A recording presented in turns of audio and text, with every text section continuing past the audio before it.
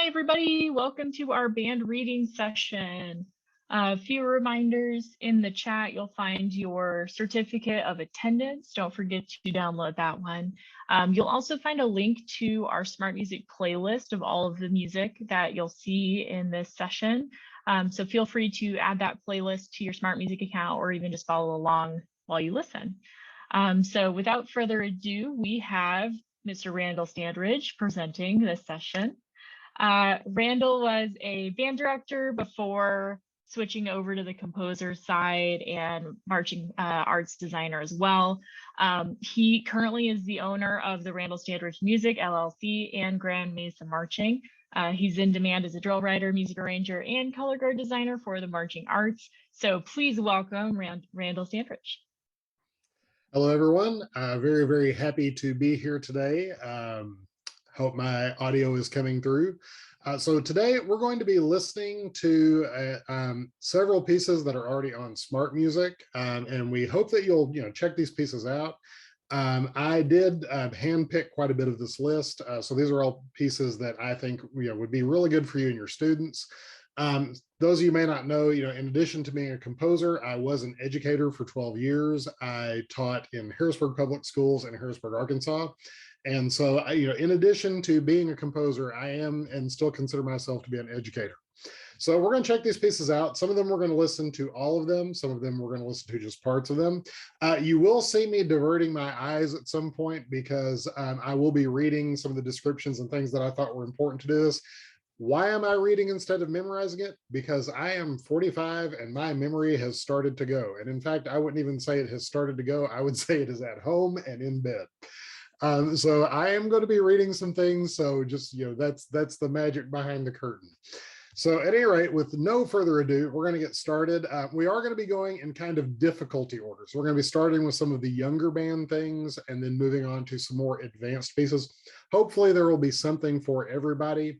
And again, I do just want to throw out again, all of the pieces we're going to listen to, as you will see, are on SmartMusic. So these are already currently available. All right, so let's get started. First up on our listening list is Furioso by Robert W. Smith. So during my time as a teacher, I programmed Furioso by Robert W. Smith on a number of occasions. It has all of the hallmarks you would expect from Mr. Smith, a strong reliance on motivic drive, active percussion parts, and fantastic pacing. One nice feature is the more rhythmic moments for the lower voices, including some glissandi for trombones. The achievable but interesting percussion parts will also help keep your students in the back of the ensemble engaged and would be great for an end-of-the-year challenge for first players or any time during their second or third years of development. Let's take a listen.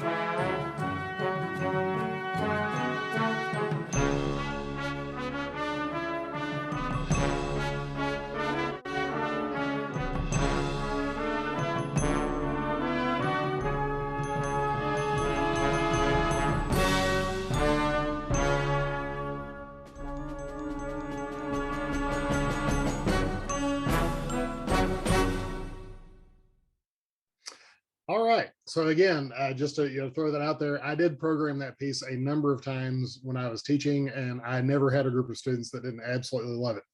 One thing I did forget to mention for you attendees is during this, we are going to be taking questions either about, smart music in these pieces, or since I'm here, if any of you have anything you'd like to ask me, whether it's related to music or just me personally. For those of you that might have met me in person, I am not shy, and that's the understatement of the century. So we can talk about whatever. We can talk about music. We can talk about dogs. We can talk about video games. I am currently getting killed quite thoroughly in Elden Ring on PlayStation 5. But if you want to throw some of your questions into our chat or raise your hand at the moment, we'll do that. So we might take some questions after this next piece, but I do want to go on to the next one. Next up, we're going to be listening to Tambora by William Owens. Tambora is an engaging work that sounds far more mature than its grade 0.5 ranking. However, it is completely accessible using primarily the first 6 notes that are taught to beginning band musicians. At measure 25, you will notice a stomping part that adds an element of body percussion that your students are sure to be very enthusiastic about. This work would be a great choice for either the end of the first year of study or the second or third year players. Heck, I'd even use it with a high school group that needed to put something together fast, but wanted to sound great. The piece also comes with some supplemental material or a musical jump start that will help you in developing your students on this particular work.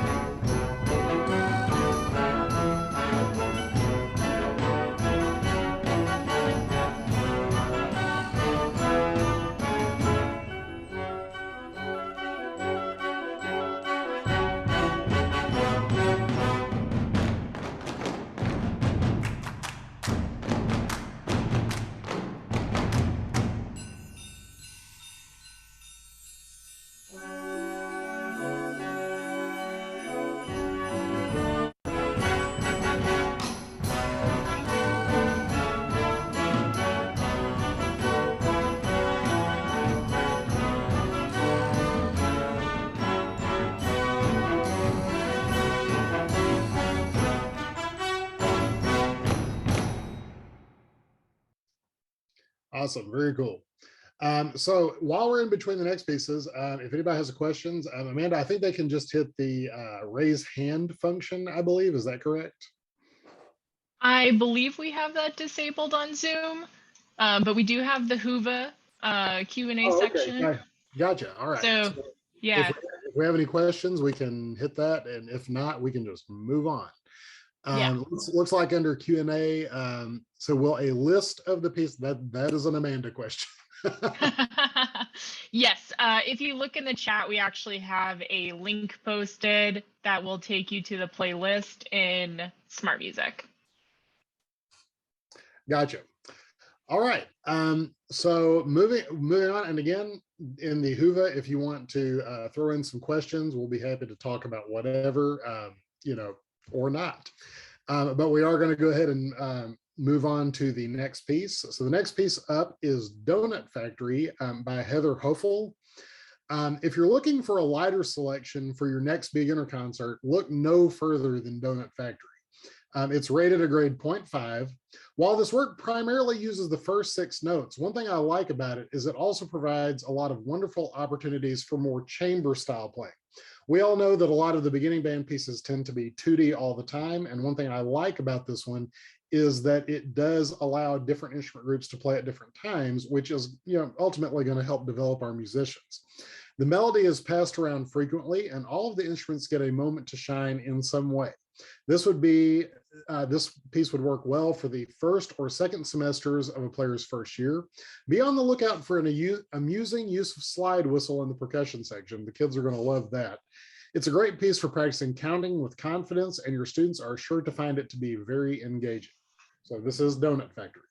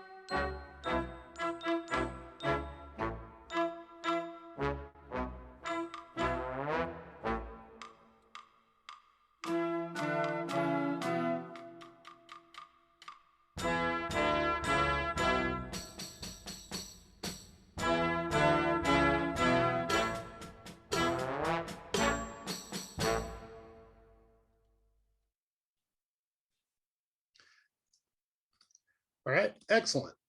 So now if we want to check for questions briefly while we're getting up the next piece.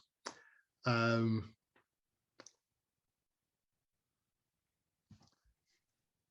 think we're good on questions. All right, awesome.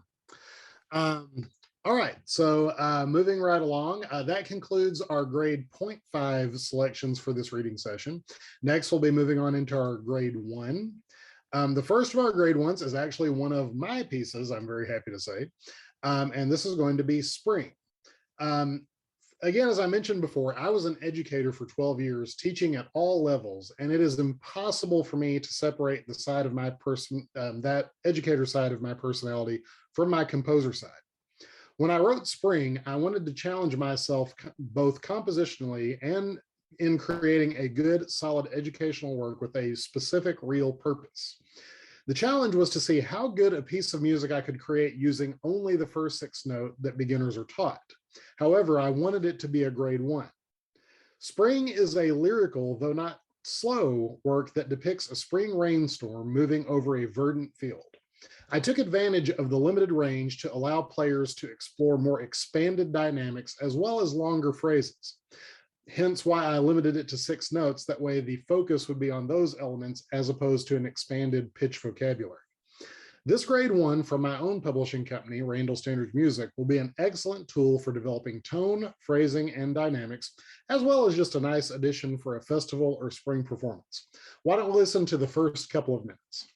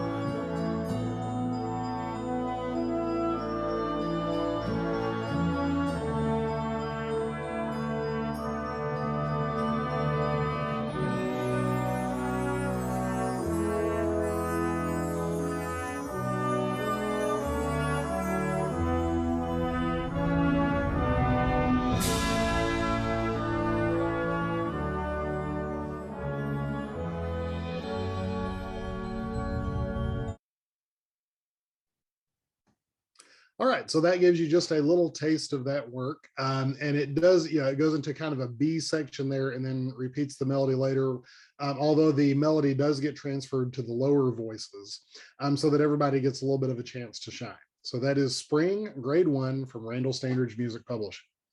Moving on to our next grade 1. Next up, we have one of my favorites that I used when I was teaching, and this is Clouds by Anne McGinty. Anne McGinty should be no stranger to any of the directors watching this, but if she is, please allow me to recommend her entire library. I taught at a small school my entire career, and I don't know if we would have had any of the success we would have had I not had numerous of her pieces in our library. Just great, great composer. She truly is a master composer, especially for young ensembles. One of my absolute favorites of all time is Clouds, a short grade 1 Attacca suite that depicts various kinds of clouds in the sky.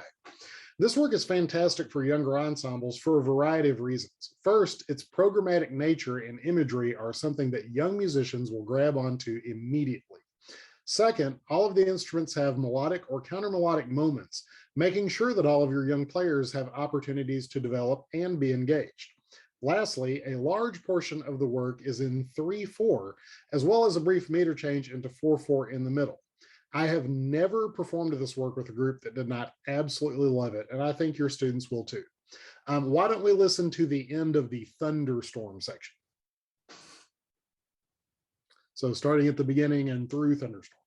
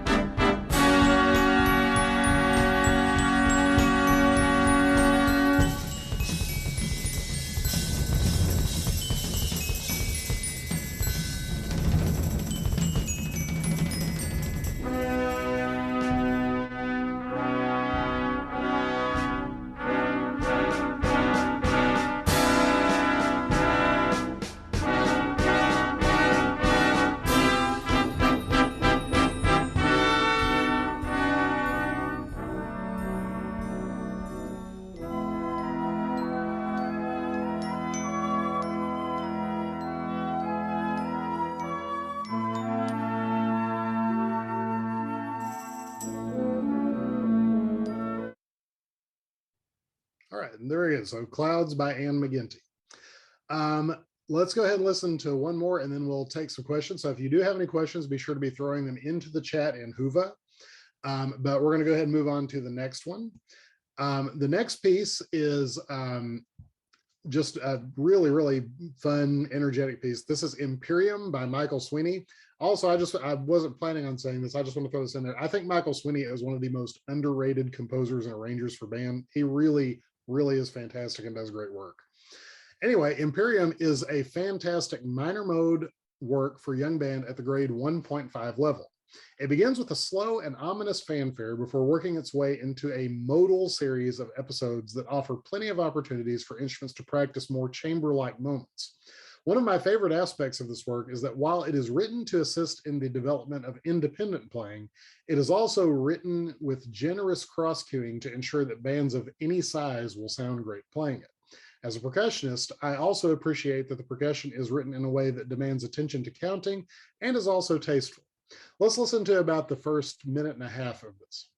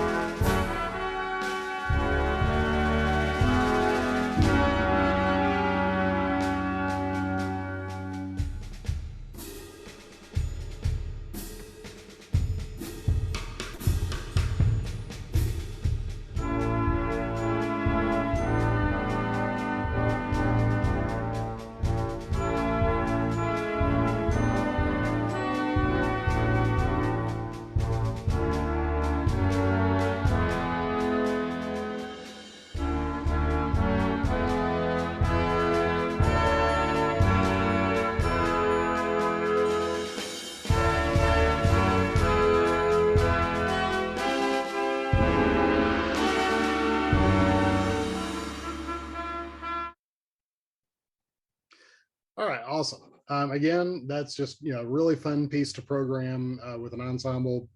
In my experience, kids typically really enjoy it. And again, if you do have a smaller band or a band with somewhat wonky instrumentation, I would really recommend that piece because it works well for a variety of ensembles. All right, looks like we got a question.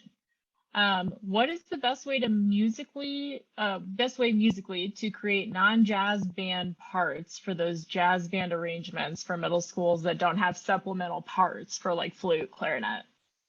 So what is the best way to do that? Well, I think a lot of times people tend to overthink this. Let me throw this in there. In addition to being a composer, I'm also an arranger. I arrange quite a bit. So the number one thing, anytime you're going to be taking any type of part and transferring it to another instrument, speaking as a composer and arranger, the number one thing you need to think about is octave identity. So what I mean by that, like if the part is written on like C5, then whatever you're transferring it to also needs to be C5, because as composers and arrangers, when we write something, it's not just like, oh, I created this melody line or oh, I created this chord. The voicing and the levels of the octaves and the overtones that those relationships create are part of our composition, and it's part of the sound we're trying to impart. So number one, when you're trying to create those separate parts, really try as closely as possible. And keeping in mind that I taught in small school, so I understand that it is not always possible, but just really try to respect that intent.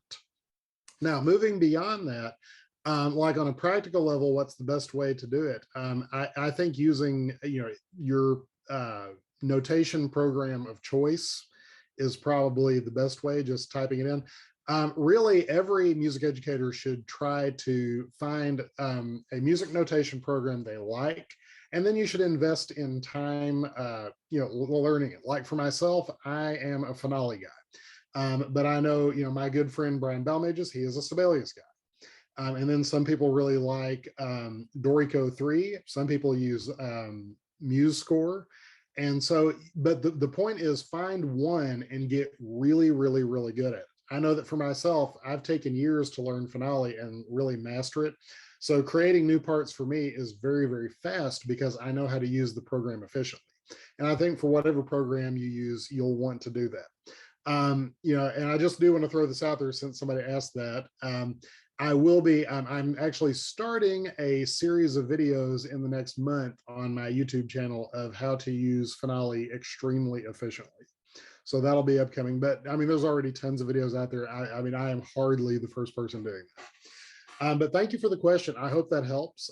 But I do think the best way to create those parts is to just try to respect the timbre and octave intent and try to get it as closely as possible. All right, moving on. This is one of my favorite pieces, by another composer of the last few years. This is Lost Woods Fantasy by Gerard Hall. Lost Woods Fantasy is a very creative and unique piece. In the program notes, it says it follows a young group of friends in search of adventure in a forest late at night. Once inside, the trees around them begin to stretch and seal off the entrance. Trapped inside, they must find their way out. Incredibly colorful and engaging music that is certain to highlight your program. One thing I like about this piece, it really evokes a cinematic quality, a very like movie score sound. It begins with a percussion ensemble that sounds like a music box, demanding musicality from your percussionist before launching into a slightly faster section. Melodic moments appear for all instruments, and there are several contrasting sections, allowing you to work on various styles and articulations with your group. This is a grade 1.5 that sounds far, far more complex and mature than that grade level. My favorite moment is at the end when it returns to the music box feel from the beginning. I don't think we're going to quite make it that far. Why don't we listen to about the first 50 to 60 measures just to make sure that we get in all of our pieces today.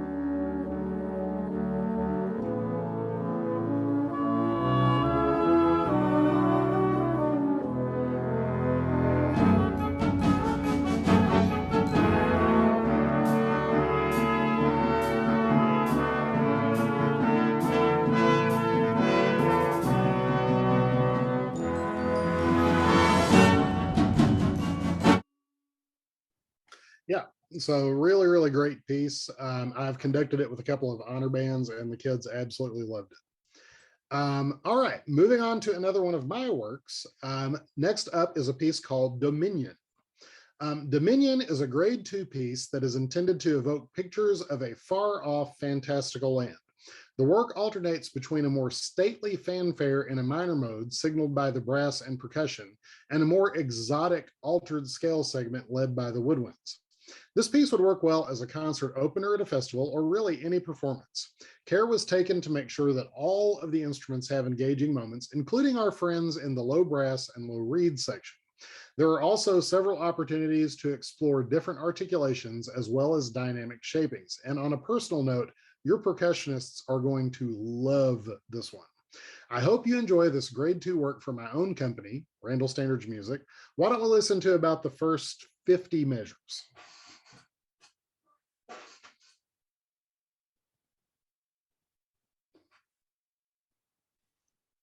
Hold on.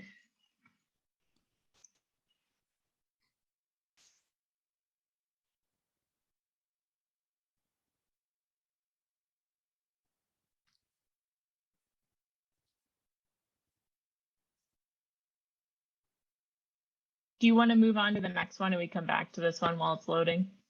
Absolutely. So we will come back to that one after the next piece. So next up on our list will be Rain by Brian Balmages. I really enjoy a lot of Brian's pieces, and I know we all will have our favorites, but I think Rain will always be my personal favorite of his. I programmed this work when with my ensemble when I was a director, and the students loved it, as did I. Even as a grade 2.5, it combines very interesting harmony, beautiful melodies, and opportunities to explore dynamic shaping into a truly stunning work for concert band.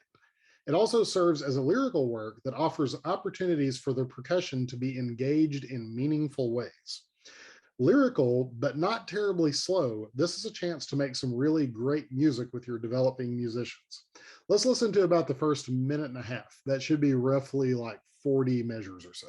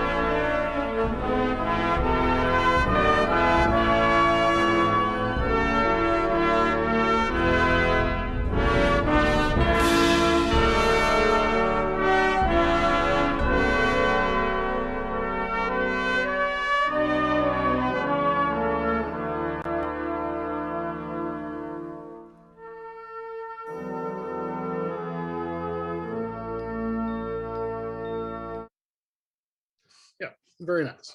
All right, so do we have Dominion up and ready? Okay, so again, Dominion, kind of a fast concert opener. And for those of you that know a little bit about band literature, I will say that I'm wearing my Nellie Bell influences firmly on my sleeve with this piece. Apparently, my internet does not like Dominion right now. Okay, well, if we need to move on and come back to Okay, yes. no worries.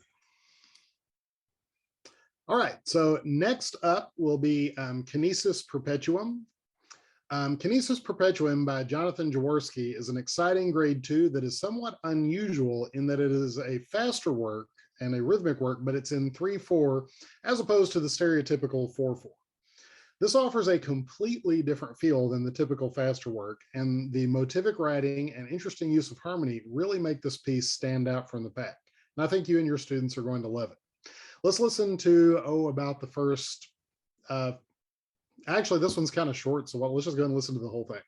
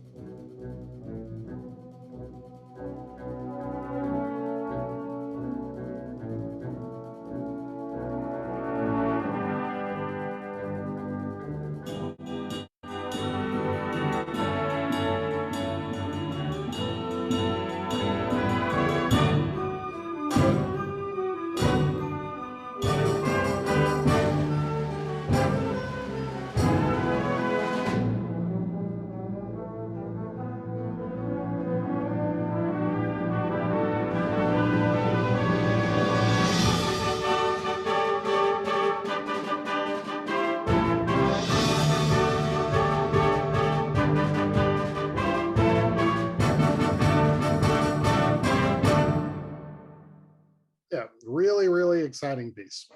All right, so moving along, let's take a look at Pevensey Castle by Robert Sheldon. Robert Sheldon probably needs no introduction. His music is truly among the best written for young ensembles. Pevensey Castle offers many educational opportunities for your students. The opening, a stately 3/4 hymn, allows your players to explore their more lyrical side, with phrasing and shaping being the primary musical considerations. This gives way to a faster modal section that features great contrapuntal writing, so that even the accompanying parts sound melodic. This work will assist in developing many aspects of your students' playing, plus it's just a really fun piece. Let's listen to about the first, do we not have Pevensey Castle up? No worries. Let's listen to about the first, and actually, can we scroll down maybe to, I believe, let's go ahead and listen to the faster section, starting at the Allegro. And let's listen to about, 30 or 40 measures of this.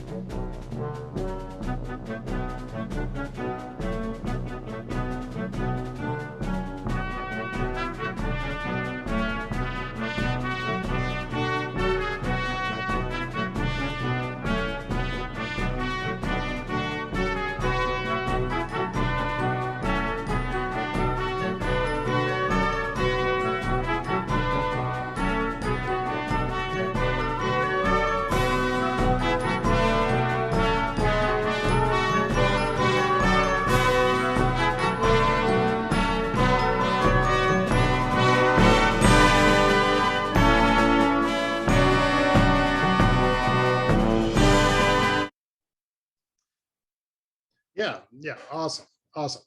All right, moving on to our next piece that we saw a very brief preview of a second ago, which is Protostar. And after this, if we want to take some questions following this work, if we have any. For those of you that might just be joining us, don't forget that if you do have any questions, for me or for anything about this, or just me personally, or for advice, pedagogical advice, please be sure to put that in the Whova chat, and we will talk about that in just a second. So moving on to Protostar. Protostar is by George Vargas, and it is a very exciting work for young band. This grade 2 concert opener focuses mostly on motivic development, rhythm, and harmony. For me, it is the unusual and unexpected harmonic shifts that really make this piece stand out. A variety of episodes in different styles, and orchestrations will offer you a lot of opportunities to teach various articulations, phrase lengths, and allow various sections to develop their technical abilities. As with any motivic work, it will be helpful to point out the main motivic themes and guide your students in identifying them as they prepare the work, which will enhance their understanding of compositional intent. Let's listen to about the first 40 measures.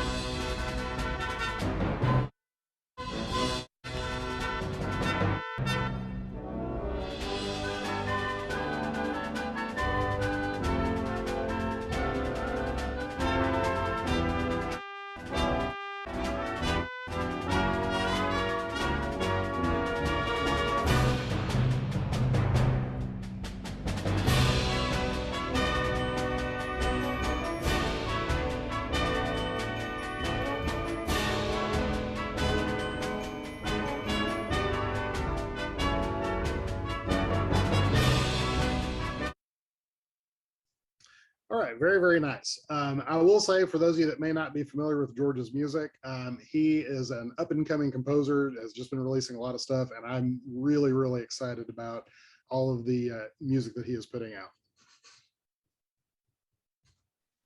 Looks like we're good on questions, and we have about 6 minutes left. All right, 6 minutes. So we're going to try to fly through some of these. Next up is Rhythm Stand. This is by Jennifer Higdon. So if you've always wished for a reason, aside from just that they should have it, for your students to be required to have a pencil on their music stand, this is the piece for you. While the title is a nod to the fact that the students are indeed required to play rhythmic motives on their music stands with pencils, it is also a reference to the clever and well-constructed rhythmic interplay that occurs between voices. This work offers great opportunities to develop rhythmic confidence with your ensembles in a fun and engaging work that is a pleasant mix of symphonic traditions with a slight nod to a more pop sensibility. I think your students will love it. Let's listen to it, since we're kind of low on time, let's listen to about 30 measures, and that way we can get to some of these others.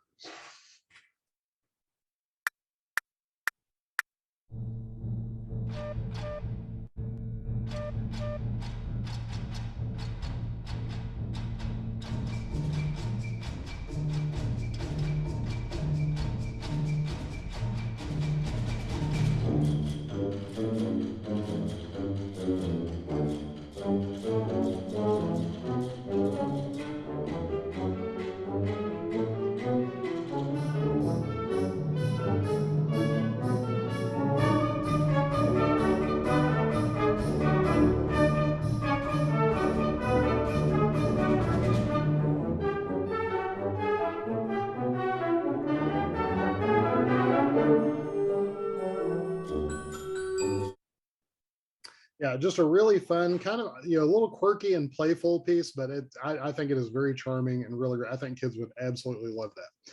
Next up, we have The Sound of Spring, which is a concert march. Given our military band traditions, you can never have enough marches in your library. The Sound of Spring by Sato and Wada is very pleasing and light sounding grade 3 march. As with most marches, the beginning strains are more rhythmic and active, giving way to my favorite portion of the work, the soaring melodies of the trio section. For grade 3, the ranges are somewhat restrained, allowing your students to focus on articulation and creating beautiful sounds, all in the context of a really great toe tapper. Why don't we go down to about, I believe it's around measure 40, which is where the trio starts. It could be 45. Might be a little later. I'm not sure. Yeah, I'll start right at, let's go at 45 and we'll just, we'll listen to what we got.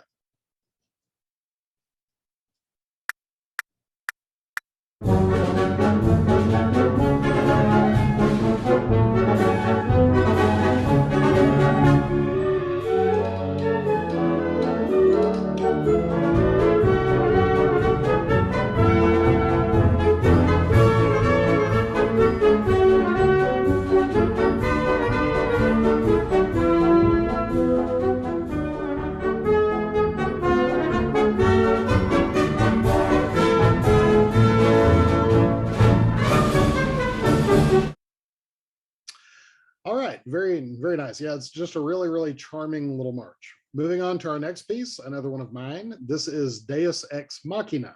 One of the most questions I get asked mostly about this piece is how to say its name properly, and it is Deus Ex Machina, which is Latin. Some people say that I suffer from an overactive imagination, but that's not true. I enjoy every moment of it. In English class, we were taught about the Deus Ex Machina.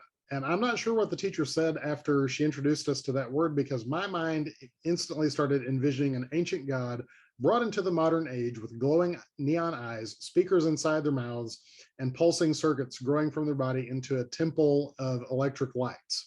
It's an image that stayed with me ever since then.